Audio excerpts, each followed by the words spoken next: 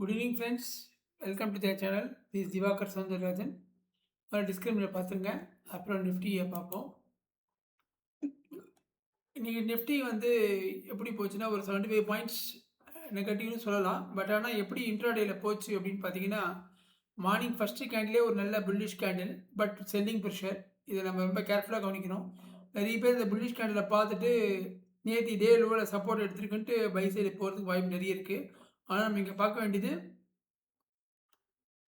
Selling pressure இருக்குது. So அதனால் நம்ம வந்து இதை தாண்டினப்புறம் தான் பைக் போனோம். ஆனால் அதே மாதிரி தாண்டலை, மார்க்கெட் கீழே உடஞ்சிச்சு. நமக்கு என்ட்ரி எங்கே கிடச்சிதுன்னு பார்த்தோன்னா, இந்த லோவை உடச்சதுக்கப்புறம் என்ட்ரி கிடச்சிருக்கோம். இந்த இடத்துல நம்ம எடுத்துகிட்டுருக்கலாம் என்ட்ரி. பட் டார்கெட் ரொம்ப கம்மி தான். இதான் நமக்கு சப்போர்ட்டு. நேற்றுக்கே நம்ம பார்த்தோம், இந்த சப்போர்ட் 25,047 இதுதான் சப்போர்ட்டு. பட் லெவல்ஸ் பார்த்தா நீங்கள் அதை விட கீழே போயிருக்குன்னு நினைப்பீங்க. ஆனால் இதே நீங்கள் 1 ஹவரில் பார்த்தீங்கன்னா உங்களுக்கு எக்ஸாக்டாக புரியும். இதை பாருங்கள், இந்த லைனை பார்த்துக்கோங்க. 1 ஹவரில் பாருங்கள் எப்படி மேட்ச் ஆகுது பாருங்கள். பாருங்கள் எவ்வளோ கரெக்டாக அதுகளை க்ளோஸ் வச்சுருப்பாங்க. விக்கு இவ்வளோ தூரம் வந்தாலும் க்ளோஸ் இங்கே வச்சுட்டு திருப்பி இதே இடத்துல சப்போர்ட் எடுத்துருக்கு. ஸோ அதுதான் லெவல்ஸோட வேல்யூ. எப்பவுமே லெவல்ஸ் தான் நம்ம ட்ரேட் எடுக்கணுமே, நார்மலி ட்ரேட் எடுக்கக்கூடாது. ஸோ இப்போ நம்ம வந்து இந்த ஒரு ட்ரேட் நம்ம எடுத்துக்கலாம். எடுத்து டார்கெட்டு இதான். பட் எப்போதுமே இந்த மாதிரி டவுனில் வரும்போது நம்ம எடுக்கக்கூடாது. ஏன்னா ரீடெஸ்ட் கொடுத்தா தான் எடுக்கணும். நமக்கு ரீடெஸ்ட் கொடுக்கல, பெருசாக கொடுக்கல. அதனால் இன்னும் டார்கெட் எவ்வளோ தூரம்னு டார்கெட் ரொம்ப கம்மியாக இருக்கனால இந்த ட்ரேட் நம்ம எடுத்துக்க முடியாது. அதுக்கப்புறம் இங்கேருந்து ஒரு சப்போர்ட் எடுத்து திருப்பி இங்கே வந்துட்டு சில பேர் இந்த இடத்துல வந்து ஒரு ட்ரேட் எடுத்து ஸ்டாப் லாஸ் கம்மியாக வச்சு டார்கெட் திருப்பி நேற்று லோ டார்கெட் பண்ணலாம், இல்லை ஓப்பனிங் பாயிண்ட்டை டார்கெட் பண்ணலாம். ஸோ அந்த மாதிரி ஓப்பனிங் பாயிண்ட்டை டார்கெட் பண்ணி கரெக்டாக டார்கெட் எடுத்துருக்கோம். பட் மார்க்கெட் வந்து லாங் டேர்மில் பார்த்தீங்கன்னா மார்க்கெட் கீழே வந்துட்டே இருக்குது. ஸோ அதனால் நம்ம தைரியமாக இவ்வளோ தூரம் போவோமா அப்படின்னு நம்ம சொல்ல முடியாது. வேணால் ஒரு 10 பாயிண்ட் 15 பாயிண்ட் ஸ்கேல்பிங் ட்ரை பண்ணியிருக்கலாம். அப்படியே ஃபுல்லாத்தையும் கேப்சர் பண்ணுவேன் அப்படின்னு சொன்னோன்னா இது கஷ்டம். ஏன்னா டே வைஸ்லேயும் 1 ஹவர்லேயும் உங்களுக்கு வந்து டவுன் ட்ரெண்ட் தான் போயிட்டுருக்கு. ஸோ நம்ம இப்போ வந்து பை சைடு போகிறது நாட் அட்வைசபிள். இன்றைக்கி பேருக்கு அது வேறு விஷயம். ஏன்னா 25,000 நல்லா சப்போர்ட் எடுத்து மார்க்கெட் மேலே போயிருக்கு. ஸோ எகைன் பார்த்தீங்கன்னா இவ்வளோ ஸ்ட்ராங்காக மேலே போனது கரெக்டாக இந்த இடத்துல ஓப்பனிங் கேண்டில் வந்து ரிவர்ஸ் அடிச்சிச்சு பாருங்கள். ஸோ அவ்வளோதான், அதான் செல்லிங் ப்ரெஷர். ஸோ இங்கேருந்து பார்த்தீங்கன்னா திரும்பி மார்க்கெட் கீழே இறங்கிடுது. இங்கேருந்து ஏன் இறங்கிடுது?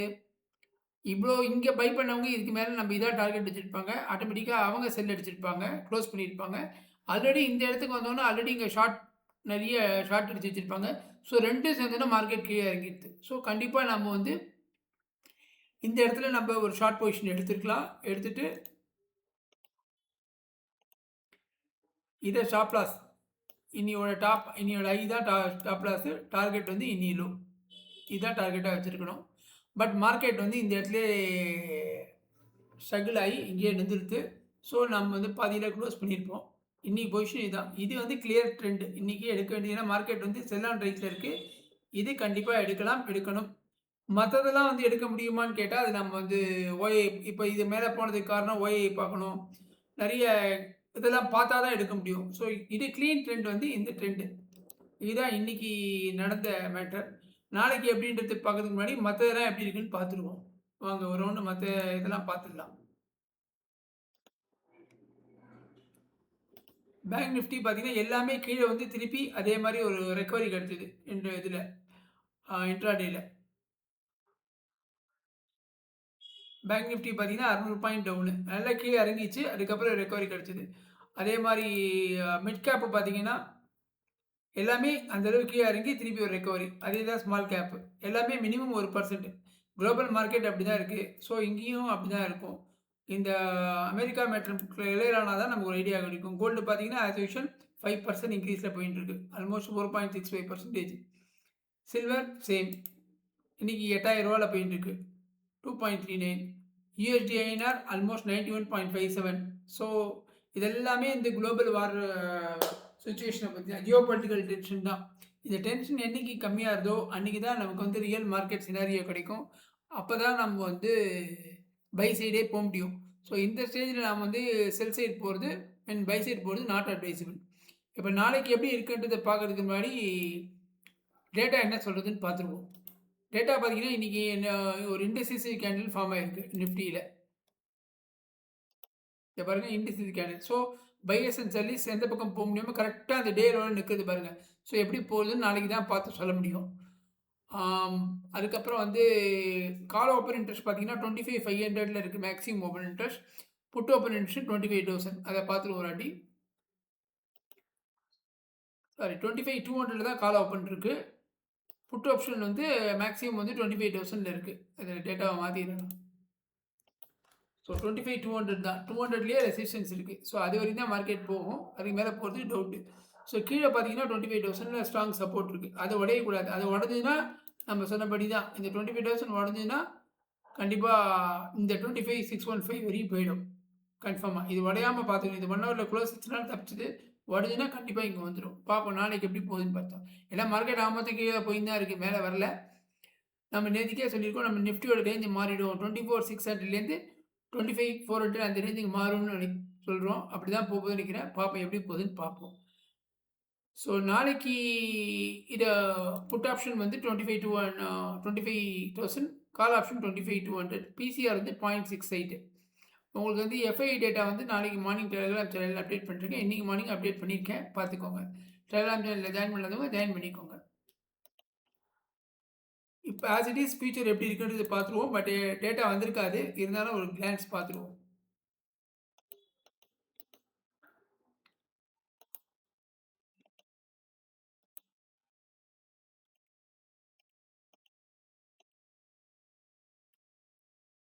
லாங் அன்வைண்டிங் 5,01,60 நிறைய பேர் வெளில போயிருக்காங்க மார்க்கெட்டை விட்டு. ஸோ இன்றைக்கி இண்டெக்ஸ் கான்ட்ரிபியூஷன் எப்படி இருக்குன்னு பார்த்துருவோம். அதையும் பார்த்துருவோம்.